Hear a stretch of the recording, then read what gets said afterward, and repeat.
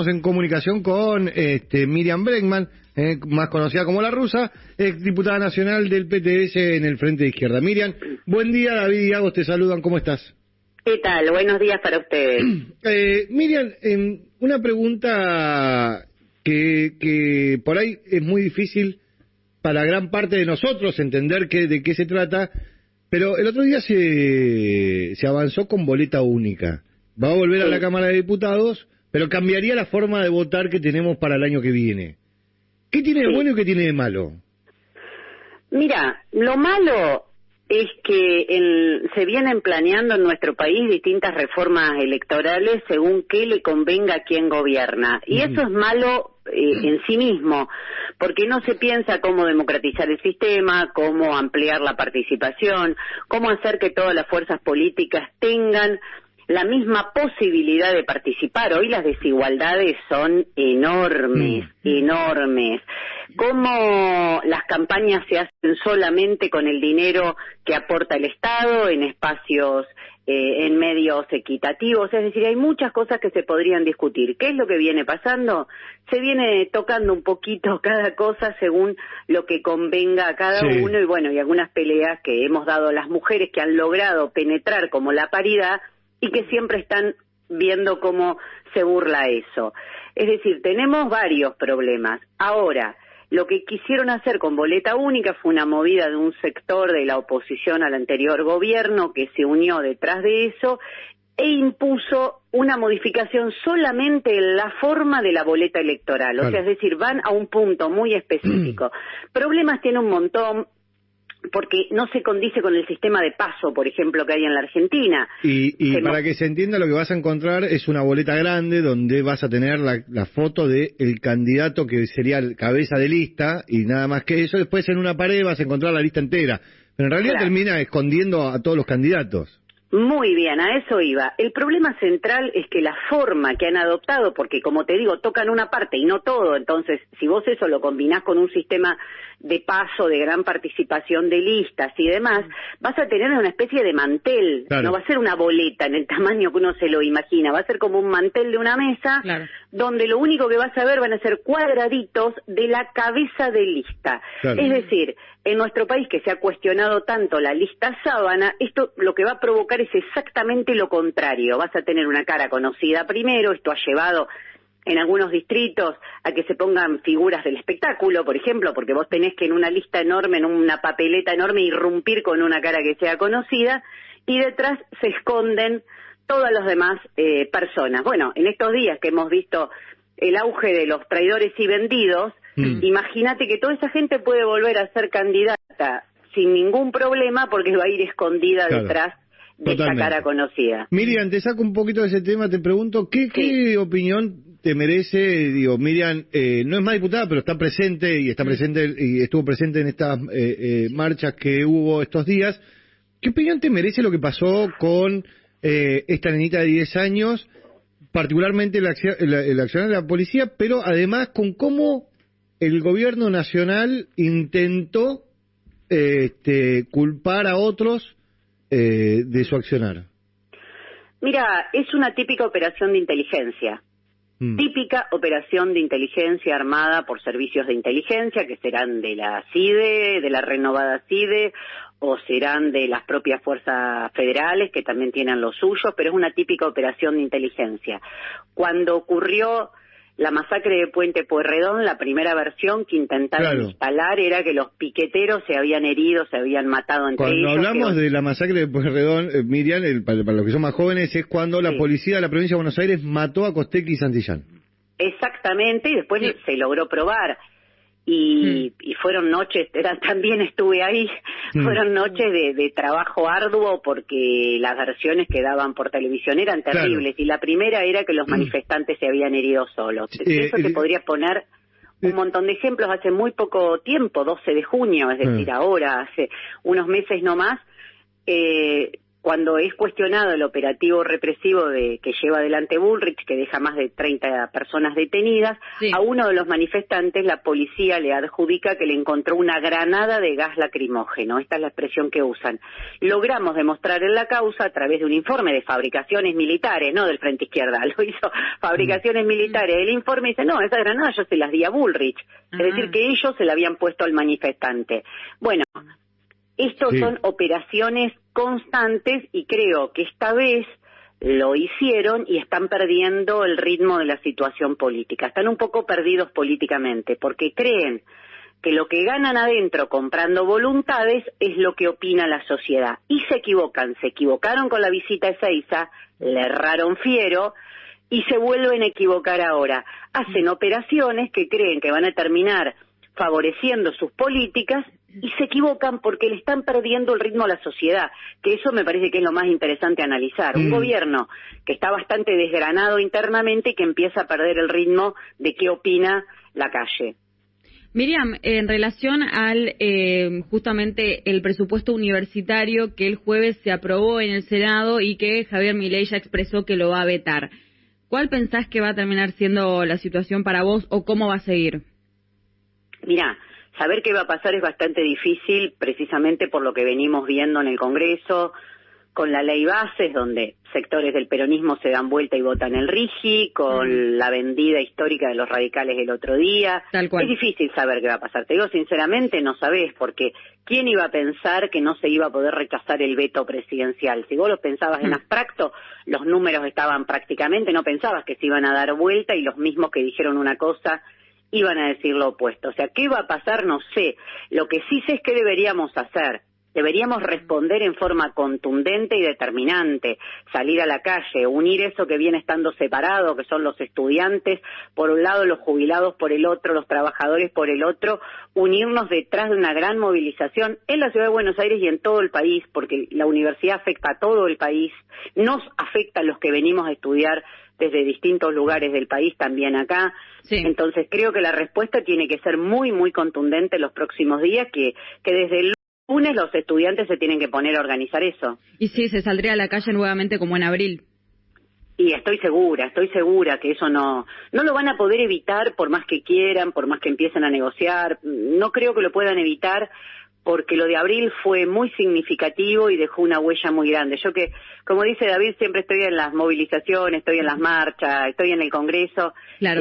Quedó como una huella, todo el mundo te lo comenta. Yo estuve en esa movilización con orgullo. Sí. A ver, y respecto a lo de este domingo va el presidente Milei al Congreso de la Nación. Miriam tiene mucha experiencia parlamentaria, entiende bastante qué es lo que sucede adentro, cómo son los vericuetos de poder. El Frente de Izquierda no va a estar presente. ¿Por qué no va a estar presente el Frente de Izquierda en el acto del domingo a la noche? Mira, estuvimos esperando qué pasaba. Primero llegó una carta que Karina Milei le mandó a Martín Menem anunciando que harían esto. Sí. Y a las pocas horas ya se vio que era un acto del presidente, no es un informe sobre el presupuesto.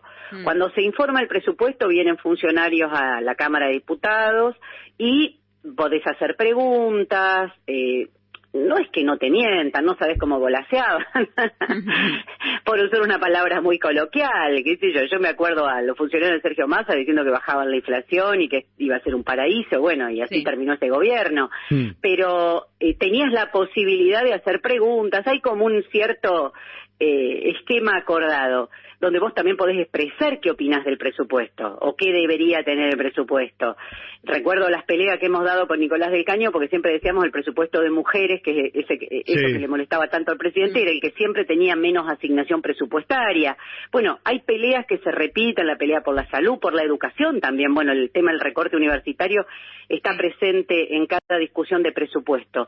El domingo no va a haber nada de esto porque lo que hay es un show que no casualmente lo pusieron en el horario del programa de Susana Jiménez, es decir, miraron cuál es el horario con mejor rating y pusieron ahí el show a cambio de Susana, lo pusieron al presidente, donde el rol que le da a los diputados es una especie de Muppets, viste, como esos viejitos que estaban en esa vieja serie televisiva donde los ponían a aplaudir en un balcón. Entonces, a nosotros no nos parece que estamos para ser actores de reparto en esa serie que está filmando Milei. No creemos que elijan a nuestros diputados y diputadas quienes votan al Frente de Izquierda para ir a ni aplaudir ni a insultar, que que haga su acto, pero es su acto y lo vamos a pagar todos. Yo también, porque estuve escuchando lo costosas que son esas cadenas nacionales. Sí. La verdad que es un número tremendo. Y ahora que mencionamos acto, ¿qué reflexión te deja el acto de ayer de Cristina Fernández de Kirchner? No lo vi completo, vi algunas partes después cuando se repitió por televisión. No te podría decir mucho. Me parece que el peronismo está totalmente desgarrado en internas feroces. Y ella intenta ponerse nuevamente en el centro de la escena, pero es bastante difícil porque aparece como si viniese de ningún lado, y yo te digo, lo que se escucha en la calle todo el tiempo es ella lo puso Alberto. Eso es algo que quedó marcado. A veces el dedo te puede hacer parecer como que sos la jefa, pero también el dedo después te lo cobra la realidad cuando la persona que pusiste es el desastre que fue Alberto. Y por más que hayan tenido discusiones, como dice ella, como discutíamos, como peleábamos, nadie puede decir que el peronismo se enfrentó a Alberto Fernández y que con los desastres que estaban haciendo lo enfrentaron e intentaron cambiar el rumbo. Más bien pusieron a quien era el ministro de Economía, lo pusieron de candidato a presidente. Entonces yo creo que todo eso está muy fresco como para que este intento de ganar centralidad no sea más que un reacomodamiento dentro del propio peronismo. Ahora, también indica que todo el mundo ve esto que te decía al principio, que hay un gobierno que está cada vez peor, porque recordá que los primeros meses Cristina ni ninguno de ellos aparecía. Bueno, además, Massa todavía no apareció, pero que sacó el 44% de los votos y está trabajando para un fondo buitre, otra cosa bochornosa. Pero creo que hay un poco de eso, ¿no? De ver que este gobierno, bueno, ahora que se está desgastando, aparezco e intento empezar a pensar cómo volvemos, pero bueno, es el círculo en el que estamos, ¿no? Yo creo que si no construimos una fuerza política nueva desde abajo que pelee por otros intereses, que pelee verdaderamente por los intereses de los trabajadores y las trabajadoras, de quienes se han jubilado luego de trabajar toda una vida, que plantee cambiar este sistema de raíz, estamos como entrampados en este círculo vicioso. Y fíjate que por más que se mencione el problema del dólar, el problema de la deuda, no se le da la centralidad que tiene ese tema, y la verdad que el gran problema argentino es la deuda externa, porque lo que va a ir a decir Milei el domingo, mañana, te lo adelanto, va a decir que va a ser un ajuste, que va a ser esto, que va a ser lo otro. Tengo una pregunta técnica, Miriam. Sí, perdón, pero los dólares son para pagarle al fondo, ¿eh? No se quiere juntar y ahorrar y recortar gastos para mejorar la educación pública, es para pagarle al FMI, o sea, no tiene mucho secreto lo que pasa en la política económica argentina. La última pregunta y es técnica y te agradecemos mucho la comunicación, Miriam. ¿Cuántas veces se puede prorrogar un presupuesto? ¿Por qué te hago esta pregunta? Sí. Si el presupuesto que manda el Ejecutivo es el rumor que hay es que es que es un presupuesto de ajuste muy importante y que tiene una cláusula muy parecida al presupuesto del 2001, que básicamente lo que decía cuando era presidente Fernando de la Rúa, que lo que decía era, si me baja la recaudación un 5%, me doy vuelta y ajusto un 5%. Claro. Entonces, ¿por qué? Porque el déficit tiene que ser cero. Y entonces, sí o sí, era automático, con lo cual el ajuste es constante.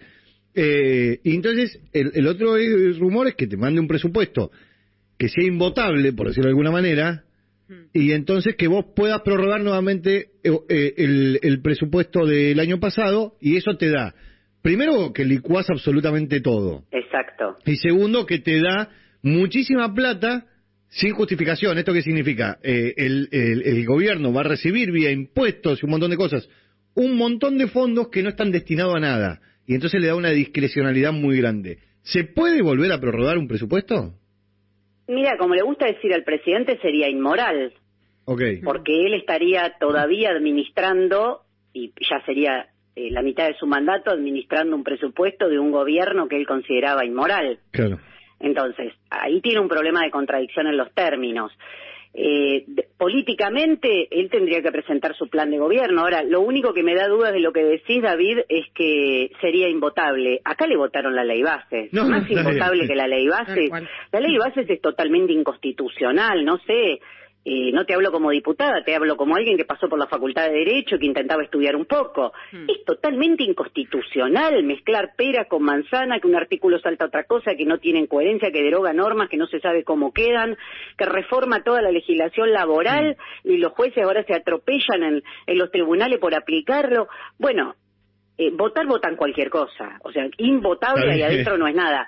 Espero que peleemos muy bien afuera para que eso no ocurra, pero de nuevo, creo que te lo contesté en la pregunta anterior, eso no es una idea de Milei, es lo que te impone el Fondo Monetario, o por qué fracasó la política económica de Alberto Fernández y Sergio Massa. Fracasó porque siguieron la receta del fondo, que hasta los obligó a devaluar después de las elecciones. Vos decís, hermano, ¿no te parece que no es muy táctico? Y bueno, pero que si cumplís con el fondo, cumplís con el fondo. Y Milei está haciendo todo lo posible para aguantar hasta noviembre, ver si gana Trump, y a partir de eso ir a un nuevo acuerdo con el FMI. No tiene secreto, o sea, se le ven todos los hilos, no tiene secreto, todo ese palabrerío que dice, palabras inconexas, que no se sabe de qué está hablando, es para encubrir esto. Miriam, te agradecemos mucho la comunicación y que tengas un buen fin de semana, ¿eh? Por favor, gracias a ustedes. Hasta luego. Era Miriam Bregman, ex diputada nacional del PTS en el Frente de Izquierda.